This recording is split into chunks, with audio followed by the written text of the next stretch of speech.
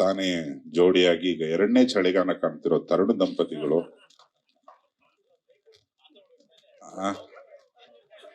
ಆಮೇಲೆ ಮಾತಾಡ್ತೀನಿ ಅಂದ, ಇವಾಗ ಹಿಡ್ಕತ್ತಾನೆ ವಿಜಿ ಬಂದು.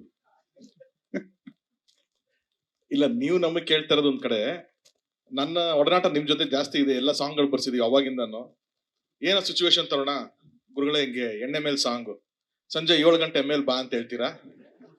ಅದೇ ತರ ಒಂದು ವಾತಾವರಣದಲ್ಲಿ ನಮಗೆ ಖಾಲಿ ಕ್ವಾರ್ಟರ್ ಬಾಟ್ಲ್ ಆಗಿರ್ಬೋದು ಅಥವಾ ಅಲ್ಲಾಡ್ಸು ಎಲ್ಲ ಆ ತರದೇ ಮಧ್ಯಾಹ್ನ ಆದ್ರೂ ಅದೇ ತರ ವಾತಾವರಣ ಇಟ್ಟಿದ್ರಿ. ಯಾವ್ದು ನಾವು ಕಣ್ಣು ಹೊಡೆಯಕ್ಕೆ ಬರೀಬೇಕಾದ್ರೆ ಹುಬ್ಳಿ ಭಾಷೆ ಕೇಳ್ಕೊಂಡು ನೀನ್ ಹುಬ್ಳಿ ಭಾಷೆ ಮಾತಾಡೋ ಅಂತ ಹೇಳಿ ಒಂದು ಇನ್ಸ್ಪಿರೇಷನ್ ತಗೊಂಡು ಬರೀತಿದ್ರಿ. ಈ ಸಾಂಗ್ ಇನ್ಸ್ಪಿರೇಷನ್ ನೀವೇನ್ ಹೇಳಿ ಸರ್ ಫಸ್ಟ್? ನಮ್ದು ಬಿಡಿ, ಈ ಸಾಂಗ್ ಬರಿಬೇಕಾದ್ರೆ ಜಡೇಶ್ ಏನ್ ನಿಮ್ಗೆ ಎಕ್ಸ್ಪ್ಲೇನ್ ಮಾಡಿದ್ರು, ನೀವ್ ಇನ್ಸ್ಪಿರೇಷನ್ ಹೆಂಗ್ ತಗೊಂಡ್ರಿ? ಇದು ಜಡೇಶನ್ ಕಳ್ಸಿದ ಮೇಲೆ ಬರ್ದಿರೋ ಸಾಂಗ್ ಅಂತ ನನ್ಗೆ ಗೊತ್ತಿದ್ದು. ಇದು ನಮ್ಮನ್ನೆಲ್ಲ ಟೇಬಲ್ ಮೇಲೆ ಕೂರ್ಸ್ಕೊಂಡು ಬರೀತೀರಾ ನೀವು? ಭಟ್ರು ಬರೆಯೋದು ಹಿಂಗೆ.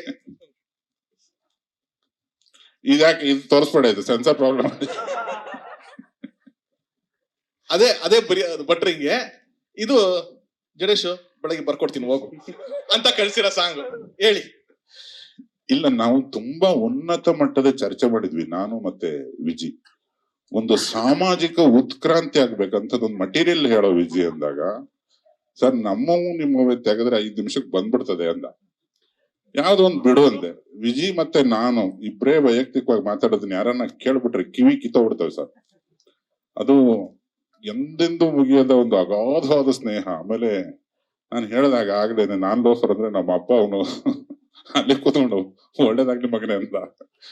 ಅಂದ್ರೆ ಆ ವಿಜಿ ಸಹವಾಸದಲ್ಲಿ, ಅಥವಾ ನನ್ನ ವಿಜಿ, ದುನಿಯಾ ಸೂರಿ, ಗಣಪ, ಇವು ಎಲ್ಲರೂ ಒಟ್ಟೊಟ್ಟಿಗೆ ಏನಿಲ್ಲದ ಕಾಲದಿಂದ ಏನೇನೆಲ್ಲ ನೋಡ್ಕೊಂಡ್ ಬಂದು ನಮಗೆ ಯಶಸ್ಸು, ಸೋಲು, ಮದುವೆ, ಮಕ್ಕಳು ಎಲ್ಲವನ್ನು ನೋಡಿರೋ ಒಂದು ಪ್ಯಾಟರ್ನ್ ಇದೆಯಲ್ಲ, ಅದು ಜಡೇಶನ್ ಸಿಂಕ್ ಆಗಿಲ್ಲ ಬಿಗಿನಿಂಗ್ ಅಲ್ಲಿ. ನನ್ ಮಕ್ಳು ಏನ್ ಒಂದ್ ಮಗು ಇದೆ ಅಂತ ಹೇಳ್ದ ಕಣ ಅವನು. ನನಗೆ ಇಷ್ಟ ದೊಡ್ಡ ಮಗು ಇದೆ ಅಂತ ಗೊತ್ತಿರ್ಲಿಲ್ಲ ಅದು ರೇಜಿಗೆ. ನಿನ್ ಪುತ್ರಿನೇ ಅಲ್ವಾ ಮಾಡಿರೋದು?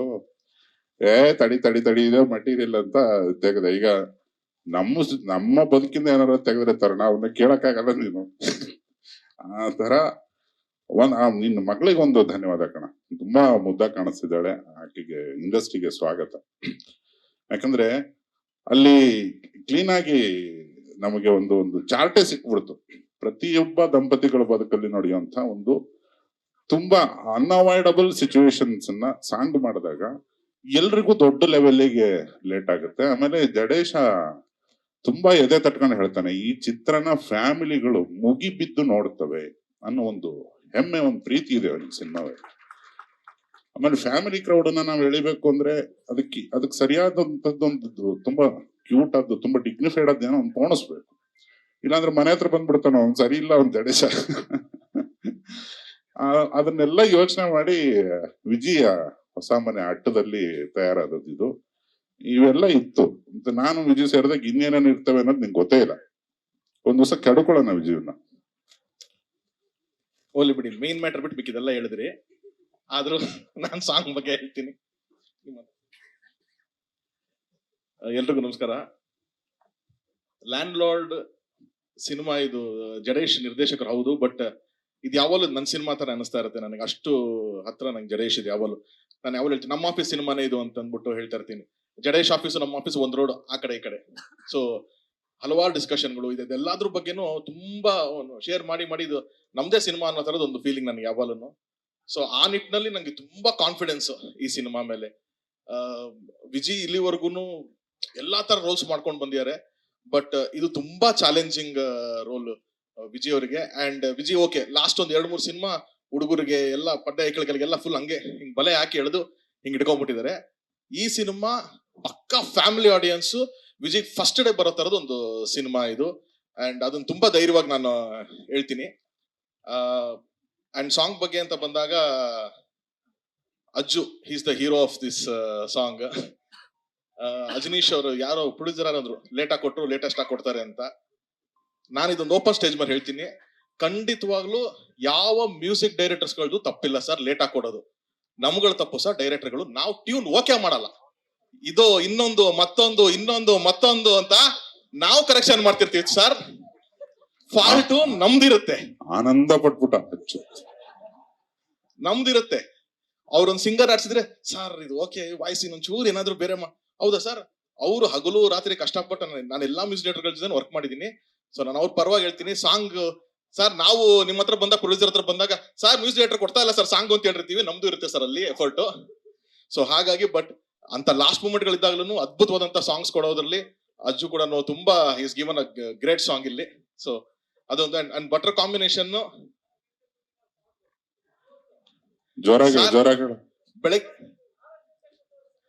ಸಂಜೆ 4 ಗಂಟೆಗ ಸರ್ ಹಾಡಿರೋದೇ ಬೆಳಗ್ಗೆ 4 ಗಂಟೆಗೆ.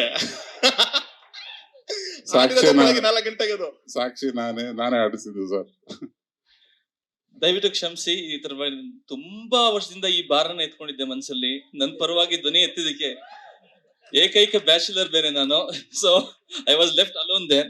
So I am so happy sir, thank you for telling this. ನೀವು ನಿಜವಾಗ್ಲೂ ನಾನು ಮರೆಯೋದಿಲ್ಲ ಇದನ್ನ.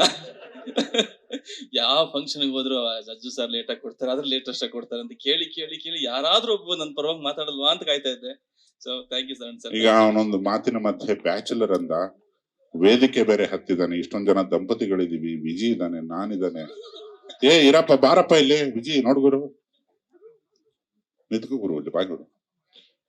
1.5 ವರ್ಷದ ಹಿಂದೆ ನಾನು ತರುಣಂಗೆ ಒಂದು ಪುಟ್ಟ ಜ್ವರ ಬಂದು ಹಾಸ್ಪಿಟಲ್ ಅಲ್ಲಿ ಇದ್ದಾಗ ಒಂದು ಮಾತು ಹೇಳಿದ್ದೆ, ಮದುವೆ ಮಾಡ್ಕೊಂಡ್ಬಿಡೋ, ಇವು ಜ್ವರಗಳು ಮತ್ತೊಂದು ಮಗದೊಂದು ಇದು ಎಲ್ಲದಕ್ಕೂ ಮದ್ದದೆ, ನೀನ್ ತುಂಬಾ ಲೇಟ್ ಮಾಡಿದ್ರೆ ಸ್ವಾತಿ ಮುತ್ತೆಲ್ಲ ಒಣಗಿ ಪೌಡರ್ ಆಗ್ಬಿಡ್ತಾವ ಗುರು.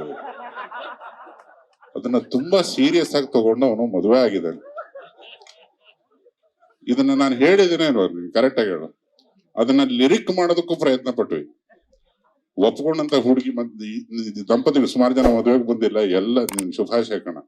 ಇದೇ ತರ ನಾನು ಅಜ್ಜಗೂ ಹೇಳ್ತೀನಿ, ಅಜ್ಜೋ ವೇದಿಕೆ ಹತ್ಬಿಟ್ಟು ಮೈಕ್ ಹಿಡ್ಕೊಂಡು ನಾನು ಬ್ಯಾಚುಲರ್ ಅಂತ ಮಾರ್ಕೆಟಿಂಗ್ ಮಾಡ್ಬೇಡ, ಯಾವ್ದಾನ ಕಟ್ಕೊಂಡ್ಬಿಡುಗರು. ಇದು ಸೇಮ್ ಡೈಲಾಗ್. ಸ್ವಾತಿ ಮುತ್ತೆಲ್ಲ ಒಣಗಿ ಪೌಡರ್ ಆಗೋಕ್ ಮುಂಚೆ ಮದುವೆ ಆಗ್ಬಿಡು ಅಂತ ನಮ್ಮ ಕಳಕಳಿಯ ಪ್ರಾರ್ಥನೆ. ಈ ಸಿನಿಮಾ ಈ ಹಾಡಿಂದಾದ್ರೂ ಮದುವೆ ಆಗಲಿ ಅನ್ನೋದು ನಮ್ಮ ಸಮಸ್ತ ತಂಡದ ಒಂದು ಆಶೆ ಆಗುವುದು. ಲೇಟೆಸ್ಟ್ ಹಾಗೂ ಇಂಟ್ರೆಸ್ಟಿಂಗ್ ಸುದ್ದಿಗಳಿಗಾಗಿ ಬಾಸ್ ಟಿವಿ ಕನ್ನಡ ಚಾನೆಲ್ನ ಸಬ್ಸ್ಕ್ರೈಬ್ ಮಾಡಿ. ಹಾಗೆಯೇ ಬೆಲ್ ಐಕಾನ್ ಪ್ರೆಸ್ ಮಾಡಿ.